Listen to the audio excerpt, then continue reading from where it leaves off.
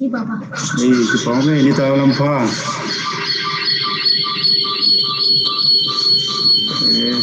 Device này có ổn lệ.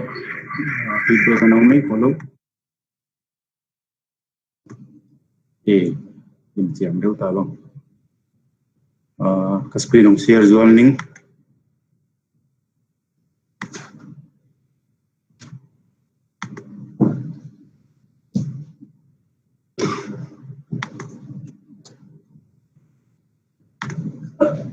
Anh kia một tay.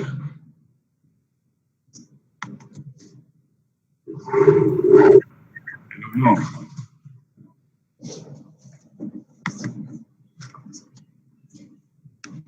Kêu thấy mo.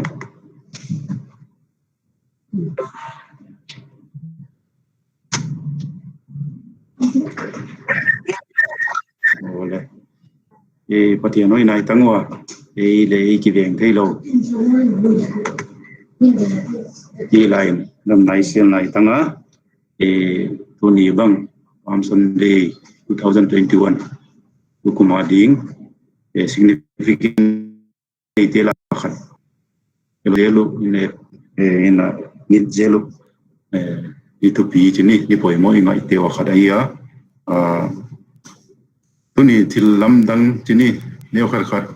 se root kanaya tumna kanai lai ni Good Friday basis bang kilang mo ai do le cross civil share di bang kalung samang kilang ai wa ni pen Palm Sunday ai je ni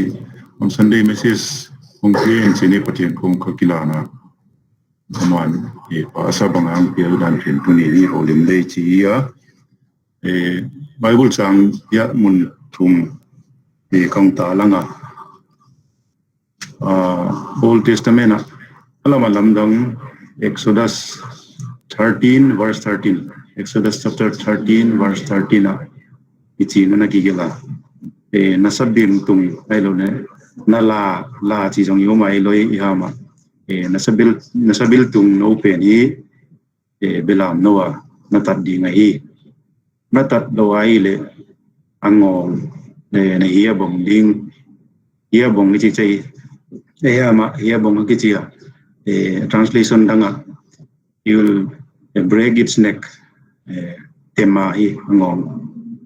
satan ding ti akigel moa ho ham huai kasama mama ya alam dang mama khade a preceding verse te yat chang in hi sul hong mo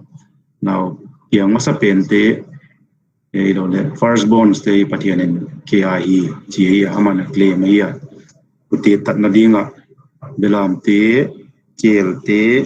bong te jong apiang masa ben te tat ding chi dana na nei wa Jews te ni dan how ma ai la ni ganta siang te la hi again se ganta siang lo la dongki jong tel kha hi ai ba siang lo pen tat ding bang chi khel do chi tuni discussion neu khata em jab do ti ya chang le John Synoptic Gospel thing, Synoptic Gospel is chang in Gospel thum. Matthew, Mark, Luke, Aiva, chang the fourth Gospel John aiya. John itu amdeu, ana hidinga ojani Synoptic thing la tel khasia. Synoptic is chang in Brita maya, sin is chang synchronize mo. Kibat na hello le, kitua kirual is hidinga. Chang optic mu dan gibang same view chida ni ya ma simple English translate le same view china here John in pen a view to ya personal la Jesus Christ ko ye chi ong ye ne ya Jesus Christ manga Christian banga hi chi gelilo ni Jesus Christ ko ye chi John in record na here Lumala makana share khata in ka he abanga why the four gospel banga gospel li Matthew, Mark, Luke and John banga cha poi mo adi chi advei share khain ka he John stot Bible siam min thang le pathian tu gen min thang langham church ama hi pastor hi London ama le khabu khat understanding the Bible kichi apana hi sa het lo man le khabu khat na bola open kasim khai ni impact why for gospel chi pani hoi do inong address khai ka hia asim mante ni hi le khabu hi sim thei le chi ki dei sa aya understanding the Bible by Dr. John Stott kichi aya tu ni nong hia for gospel perspective am Sunday bang chi banga krivi la ye chi neo khat holim le chi udia John in ya anage na abulin ailole in the beginning sabama achilin thu auma thu chu pathian hiya thu chu pathian koma auma thu chu pathian hi achia and the word became flesh ma noilama yet su le and the word became flesh and tabernacle among us eitela ang teng ailole eite to ang khosa khom chi agel swa Jesus Christ an chin Jesus Christ ko ye chi gen pa zona hi jeni amani chana ki ana ya ito blama zone view conclusion ibol udinga zone nama gospel apada conclusion bangang yem pie pam Sunday message apada la thading sin lai thading chi concluding message lama igen dinga Matthew is why the four gospel is in Asia one line in summarize kit lay introspection sini share sai le jong ki et sa kit ding in Bible sim ithanop namo ayang su thatau thei ding ni Matthew bangi yama atuam na Mark bangi atuam na elo le Luke elo le Gospel of John bangi atuam na chi line picture ni gen jol dinga Matthew hi sia dong tax collector ichi ya Zurate ni ami mu sidu chi sida ami mu dau tela hi sia dong te top list tu lai ha mile wanted number 1 chi data na hi wa azia chu ma wi zuda mi bang hi wa ama mi te ma ko ma para sia dong kilom lo jong lo ne sia mo ji ami le mi ne elmi dang jang hilo mi tuam jang hilo in amon icha ang bol gen the ai lo le nei sa bang ang la sau chi bang jai amau ana musidu ana munom lo ma mau the la khat category khat ai ya izong le pathian Jesus Christ ning sian na za asia don namuna pada ko wa Jesus Christ nong zui khat ai ya Matthew tan chen background chang le ama na gelut ama gospelism cheng ni very Jews focus Judaic focus in Angela Bangjai Chile Jesus Christ kang buyam suda ang suna hi Abraham ang panchit the patriarch mo promise father pathian ki chiam na thu chiam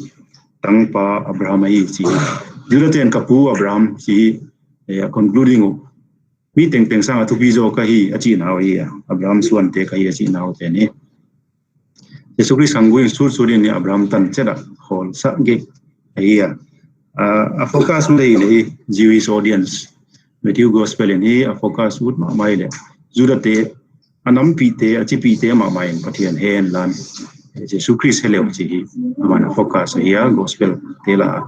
pucheng le Mark John Mark chi pe ni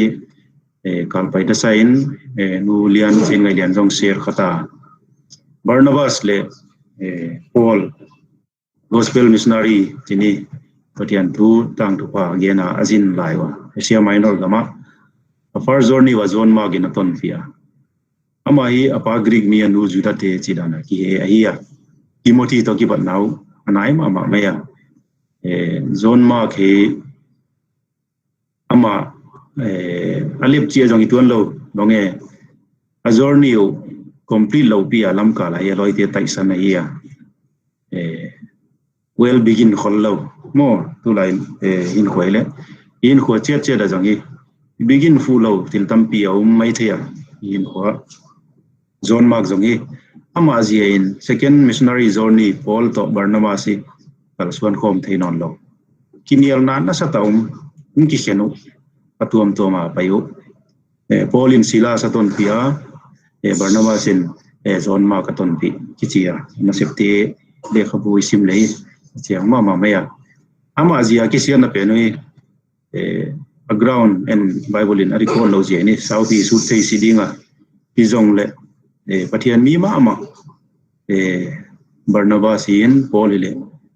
kisia ki balol chini tu lai wa hamle separate way pai ji chang ai kisia ai lo le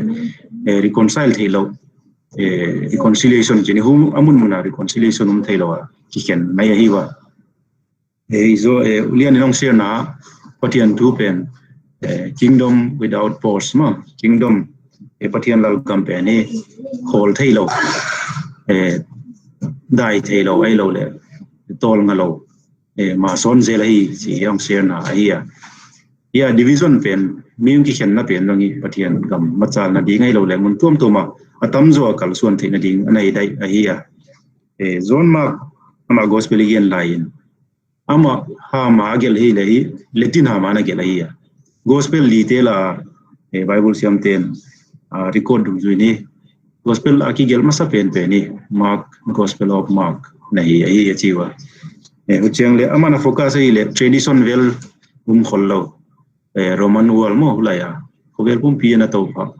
rom te focus de ai lo roman citizens across the world mo ama olal gam min na to pa te teng focus de ana gel ahia magin he ani adet abang chi siam je kitchen lo ai lo le rituals te traditions te jong ana focus tuan lo ama gospel ki padani sim le bangi ki pan su throk mai khovel bom pia mi ki sim ti vela ki pan su mai hia izong le gospel te la ana poi mo ma hun la ya khovel ana shape le khovel ana to pha letin ham ana ki gel gospel hi chi summarize ut hi ki nga chang le gospel thum na Luke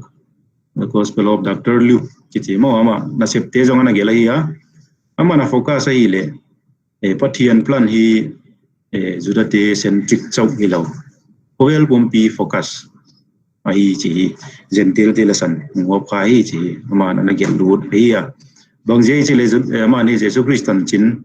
a genealogy ang suda adama ang pansu daya Jesus the first man mo pathian ina bolte la adam hiya ho parang pansuin Jesus Christ ang guya Jesus Christana ang suot suai uchang le Dr. Luke ina focus ai le the Gentiles wal mo Hebrew dan ana hello nam dam gam tuam mi te pathian thu na ngai sa hello le pathian in udam na plan salvation plan of salvation meeting thing include hi chi looking a focus hi chi one word one line I summarize the dinga uchang le izo again to a verse amidila jab lut pen hi gospel of John here John in he alamdang ma na khare adam tan chiang chau huap saloin aman universal ma khovel ki padma in the celestial scheme of things mo divine plan pathian in thil teng ama hudam nan wai le lo le ma salvation plan ama noya ama adinga anasiam aida ni zonin in the beginning mo Genesis bungkhat a wording ma pathian kipan na head lo kipan ni nei lo ichi pen apara zonin ung pan dayen ipen gospel li te poi mo na chi tom tai summarize u de na verse next verse ai pai dinga donkey rider kong chia na kong te no yu jamai thei tu lai le bullet rider gang tom bangum mo hello le Bombay police te na boy pi ma mawe le zan chenga Bandra Kurla complex vel hello le ya ceiling la ge la vela bai ki tai dam te del di mat di ti vela ya ti dan de chem nai lo in sabil tung hello le donkey the fall of a donkey mo sabil tung no chi zo ding ya ipeni gospel perspective ai lo le gospel li te mu dan ya verse te a chapter te e kong get luda ipeni yun nei danon e on pesa i meditation dan ni sim chen dia e bon ni sim sidinga on pan tu ten rong sim zauta wa ki pa buai sa a preceding verse te ai lo le gol zauta alud na thu te tampi kum tampi jong akisut inangai tawa imu jong imu wa dunia pasropan jingkalang share bang kayat le chang le midang khanong share khat kamu kile age wala piche wala mo kolam la sanini hosanang sampi wa kipa we sama ma meya itian nagami majority kol ha ma hiya hi ham la sanai Jesus Christ pa toina pam Sunday message ai lo le ki ko o te za cheng ni pathian ga min ai ma ta ai lo le hosana dal patuin hon damin eji pe ni nai ma ta hi ji yang musakira i focus ut dunia hi le Jerusalem agwal zota alud zo bangai e bol ji pe ni focus ut zo ka hiya personally ni message meditation kanai lai ni a message pen donkey thu tam pigi yente inangai zota mark to look bang ni chin again chit chera nungzui te minia sola lam pi ni kisu tuana mo where two roads meet si chu lam ka thuang ti nai ya where two roads meet donkey ki khit na modingwa sudun lan koyun ni koi to bangin banga cha sun nei we chang dot la lalpan ama mo hi jiwa jinang ang paisa di na chia ya hidden message khadau ma hidden message si chiang ni pre-plan di ai lo le a donkey nei te hu Jesus Christ an he sa di donkey mula dia miung so li kai cha ai lo le thiluma dei chi question nei lung sema thea ni pe ni bible ki gen si jong nei meaning reasoning mind nei chiang ni thil tampi suang tho thei nguda prophecy tang tun na ia Isaiah bungsong gublen ni cheng le Zechariah bungpo sang ko na mo ti pe ni tang tun na ding ni Jesus Christ hi salil tum no tung ang tuang ia alam dang kin ma verse khat isim lei koi ma tuan ngai lo na aji khela atunga mi koi ma tuan ngai lo na mo grammar is lai uni English grammar hi atoi khalo yom siding wa le khasim khaten superlative sai la comparison na ki jam dela as stupid as a donkey kijiya aki compare na mo donkey sanga stupid zom lo hi dema English ten rangi stupid sama mai thei ding wa as stupid as a donkey stupidity changai lulul thunun thei lo thumang lo ai lo le ngol hil pil thei lo chi na ya donkey ni koi matto ngai lo na pe ji a hel di dan na ni hisab thei mai ya min a khoi zual mo bana puasa atunga mi thila to zo jong donkey stupid na lai le mi to kha ngai lo na ava kai ding he lamdang Jesus Christ ko mang tu ni Jesus Christ atunga to achia bang ma anung lama mai lam perlo aning Asia ve jong perlo ai ham pualo ai Jerusalem Jesus Christ to tunga hi chi Bible record auma ipe ni thil lamdang gospel na sim kha khateni sim tha kidinga koi mai sa khat donkey koi ma to ngai lo na sip dewa pai hi hiara hi Jesus Christ tunga to thei chi hiya ko cheng le lam ka thuam lam pi ni kisu tuana hi pe na izo a verse sim masan na pen o exodus thu pia na mu pe no judaten sabil tung pen belam noa bangacha tat se dinga de o chi question kinok sema koile oi kasa gamsa agan khoyu gan vulu sangong saw bangom mo sakol bangom hiltam pi khoi ai lo le vulu gan vul jong ne hinapia bible sabil tung khel belam na wa tat ding banga chana ki kela deu chi reasoning mind neu kada apply le u to isa pathianin poimo na sa idinga bible atuang te pathianin poimo na sa te ahia a poimo sa lo te tuang khol lo vet lo te chui pathian huwa khum aman atelinga pha na sa te am telai je ni ipeni reflection khat idinga donkey chi chang ini mi hing te am jen na hia kilu lulaia tian tunga ki hel the most comfort place mo eden wana ang ko ya jong ama thupia te ki palsat ama to itenga fellowship nei hinapia wandering mind ai lo le bang chi de own independence ki de lo own fida ki ding som ai lo own ka ki to del theina chi som ki hiya izona sharing dang khat neu khat wa gam le tale sanita prayer meeting a unau barmate adinga bolsian na thuate adinga thum feeding chi prayer point khadin kana share wa kana thum pi ngewa democracy elected government pen hi ku ba phua umin ku pen ni tun ding ki na dinga thum ding chia hiya thum na di pen hi poimo hina pin ming te ki vai hom na dinga khovel bom pin a hoi pen amoi thei pen ming te ki vai pu na dinga bange ki vai pu na umzia ana evolve chi dema aja chuni dangin oligarchy chi bang ana uma mo tuam ana to in pen to ba democracy the voice of the people is the voice of God ki chi pen hi hungki bang chi dang ki henglam dang to ini elected bang franchise bang jai ngum to in pt na tel ching te e vai hom tu te lo le kon bol tu te ding dan bol tu te ding hi chi highest form of government ming ten invent theu ipu dot theu democracy ya hukal walom sia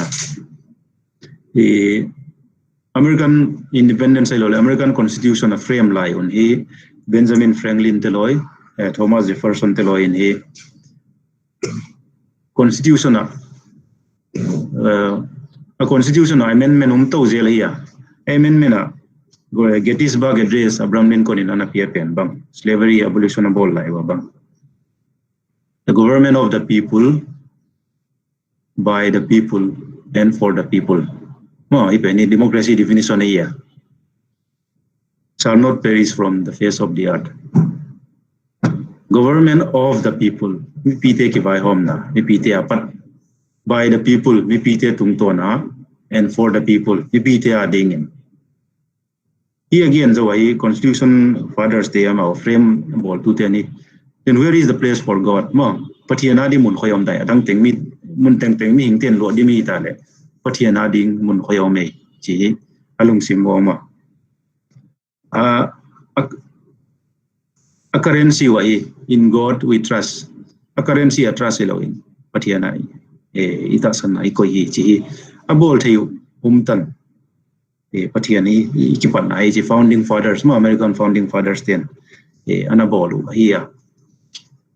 democracy highest form of government ichi jong patian nang telo in ko le ko ki vai hom thainao chi na khara nei dai hi chi again u here as you government of the people by the people for the people ichi chang ai pathian ki koi khanon lo mo ei le ki vai hom thei ki po thei ki gam tang thei chi na kha dai je ni ming te moi to bin bange thu pi to bin the highest achievement te jong hi pathian tel lo hi it is a rebellion ke ngai dan ai ni tam pi ngai dan hi lo mai thei government te ngai dan hi lo mai thei ya be ni kom se rut tom cha khara i wa gam le na ai dinga here donkey meeting tengi donkey nei che hi chi gen u thei ya lul che hi ya hel ha di hi ya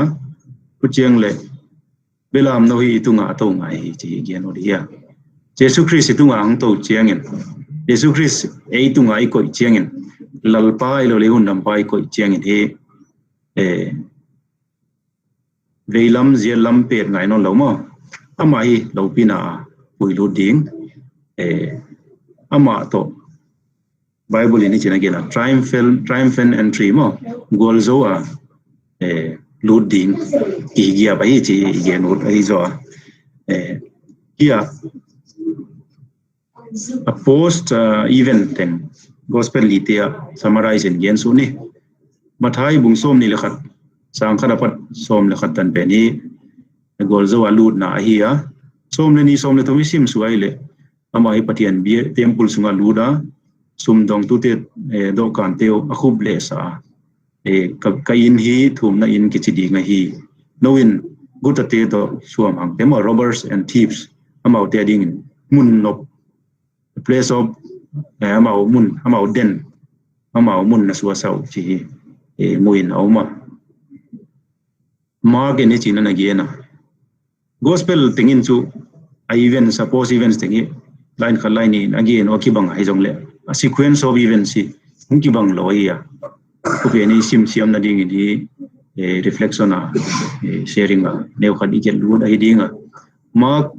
11 na 12 to 14 sim chuai le agila ki ali mo Jericho lam Jerusalem apa da Jericho ong paina lam pia nong zuite to agila ong kial ta hin aga la thei bi kung na bo hoi ma khadamu hin bangai khat aga khat kamu khale chin awanai hin hi jong le khat jong aga si hi azia chu ya lai ni pe ni ki poimo ka sama ma ya azia chu thei pi ga hun na hi si hi achi chi cheda thei pi kung siam pa ni thei pi ga hun lo ema ma ding hi ya Jesus Christ pathian 100% hi ya pathian mi 100% mi hing hi ya amani thei pi ga hun season na koi hi ya ana apai hun jong koi hi ya thei pi kung agil kiale na wana in mo aga walo somin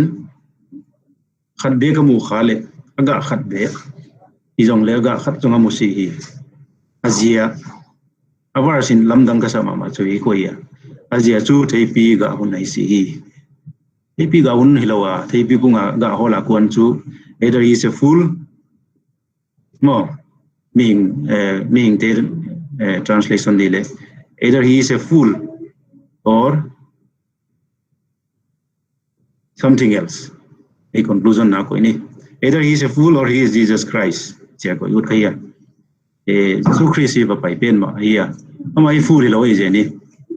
other person ni ko dinga Jesus Christ mo lalpa Jesus Christ ai chi ko dinga ya ge nu nai thei pi kung ini etsa Bible tampi muna akigela sudanam mo the tribe of Israel mo the nation of Israel again na hiya Israel de koma thei pi to te kai zio ni ama ga lamena mo ung pai ia izong le pathian plana the scheme of thing the divine salvation plana mi teng huop ai zia ni zurte ni an her lo ding un hi ami do su mi ni nauma aga hun lo lai ta un chini when they are not ready a Messiah a head thei lo na di hun ni Messiah ama ko ma so la o ma hi chi hi mark gospel ni ngel do hi chi gen oda gospel thumna login ni 19 na 40 apat 44 tan yet sule Jerusalem aka khum pi na note ahuya mo hanoya alim noya au kumbang kang hui no ma jong le na ut si na inte na opai te gil nam saw mo tem sawa dot pai le da ding suang te khat ma ki chim sam lo de wona sat chima ding achi again pe ni AD 72 in ang tang tung pet ma ti pe ni very near even Jesus Christ ang pai na historical event again na here Jerusalem su che ding le hal ding General Titus Roman general pai ni Jerusalem ang sima su sia ding again lo na here Zona ilut su dinga ipe ni chilim dang ki pual khat ai je ni ipe ni simuda zone mung som le ni na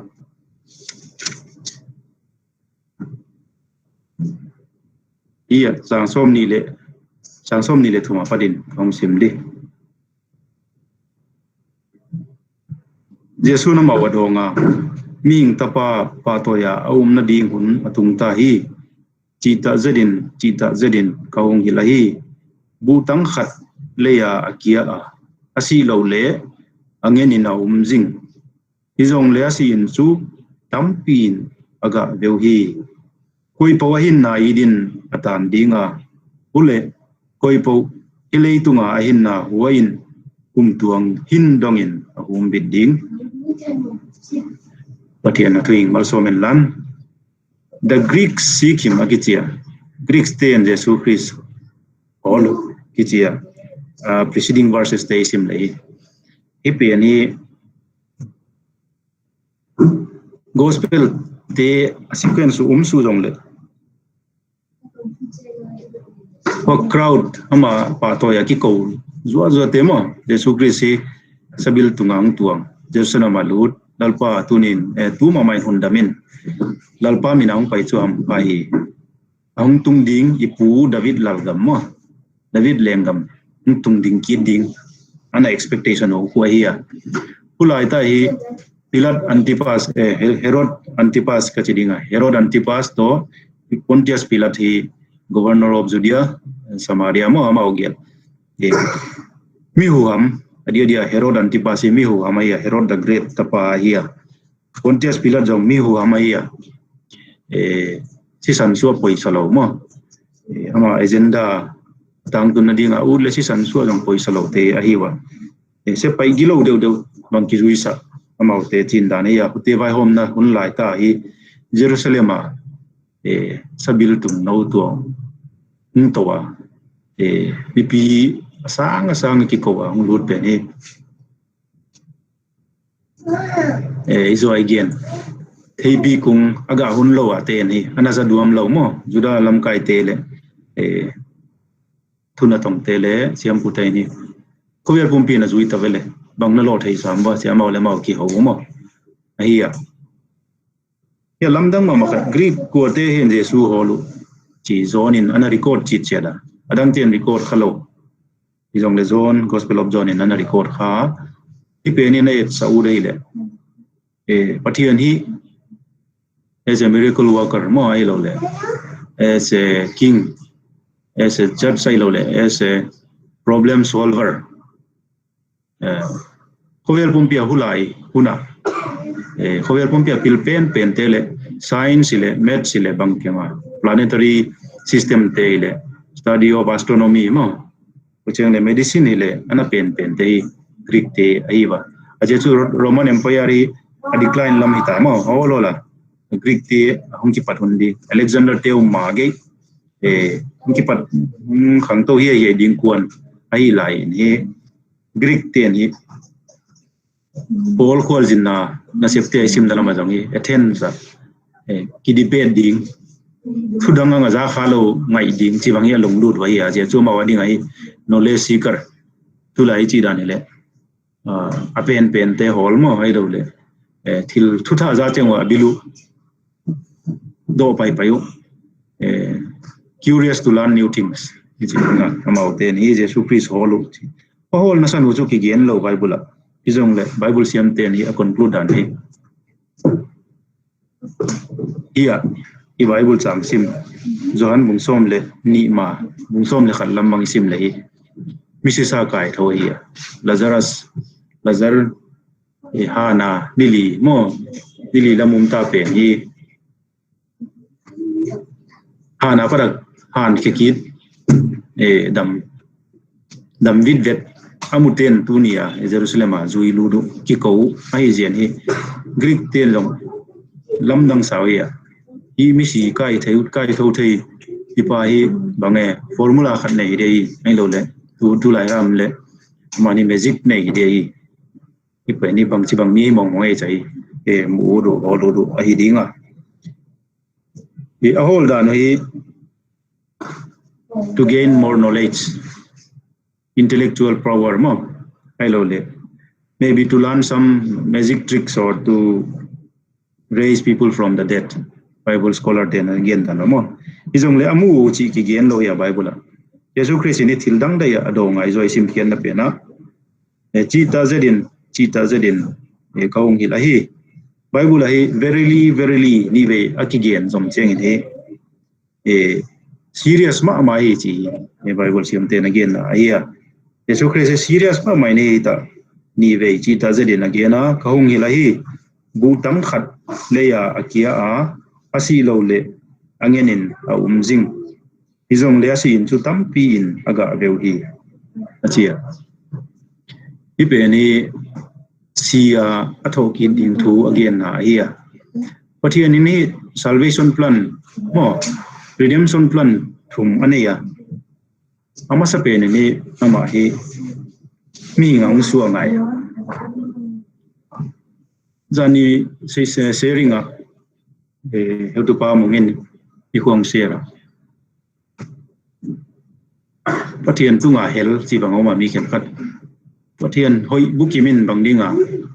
siat na ai lo le hovela lung kham na mo da na si na dam lo na hoi se pi tung sa di chia a question uki answer lo zia pathian tunga hel chi ba thei tham ai ya ana zong ma ya ngum to na lai mai ding ya kia hi why did sinless one mo lo why God save fallen man pathian in ama tunga hel te le ama tai sana ama thu pi zui lo te bang chi dana bang zia hun da ma hi chi question thu pi hina pin kusanga thu pi zo khade tozarin aw tozarin ni chinan again na how pen hi thu pi kasa cha how can God find a way to redeem fallen men? Mo, a penalty or the penalty of sin is death. Hial to mihing asi ngai ta mo. Mihing asi ngai ta. Ai wa nga asi na ding pen aman adit kin na di pen mo. Sisan lo ini ngai dam na lo chia ya sisan su lo ngai dam la lo le sisan aluan ngai ai gan le e bong te ye e belam te sisan tam pi khanga judaten ana ki thoi bang wai huteni khelna e lamang theilo kum khara khatve siampu mon siang tho pen ana ludin e gan sisan e ana tat zel si hebrai te le khato de jong imua hupen set thailo ana ilai ni ahial mihing aman piading mihing ina piading ina pia mihing sisanin pethailo ya aje chu divine ahi ngai bangji de chi dilemma pe ni pathianin lampi ang hol khiat thei pe ni tozari ni lamdam kasa why pen sang ni how pe ni thupi kasa chia pe ni reflection point khat yen lan izoi sim zone bung khat chang khana pathian pe ni thu abula na pen thu pe ni sila sa hung silini ila ang teng chia sansom le lina ila ang teng incarnation ipe na iya pention sia iten pi cultivelin jongi incarnation achiwo avatar achiwo mo tampi ne iwa tulai gospel khen khara la wai ma mai le pathian khara hi ilampi wa tuam to mai chi bang mo modalism ai lo le kolte jong pangal te jong ilampi to lu atuam to mai jong itun na diu khada hi pathian khada hi cha thil teng tengi rationalize om gospel bang mo ite padi pil bang mama dingin iki chial kida pucheng le tu lai social media vela thang mama khat bange Church of Almighty God chi bang mo thang mama mai wa mi jong tam pi convince wa kiti jong hi neo khat research bola yet guiding apoi mo isa se root kit ai dinga incarnation first step ai apathian ning te udam na dingen ani na kal pai dinga Good Friday i discussion point dinga hi dinga crucifixion mo khiel na nei lo pi asu khiel lo pi khiel te dinga ong si ipen ni pathian plan ya izwa huai pen inon lawa how pen hi Good Friday message ya ipen crucifixion second step ya resurrection tuai Bible sang ikon puna dinga isim pen ya ipen hi Yesu Christ ni si na ton se selo ai cha shortcut ai lo le ani nga pela hudam na thei tham nei pathian plan ke ngai da nei kami mol ngai da nei ai wangi bukim lo ding adi ama plana ama divine plana hi si na to na hi aman thilam dang ma khat pathian si thei dei chi ki dong di le si thei lo di aje chuma ki pan na lo atom na lo pai vai Bible a pathian in atapa mo kum to nga pe ni gi lo ji ai Calvary hong sisa hung si sai ji chai mul ama lam ki ge na banga gi lo ja si ai chi le adi so ding in king ta ipen the last step to I sim pen ni ai chi bu dang khat le ya kia asi lo le angen in ong jing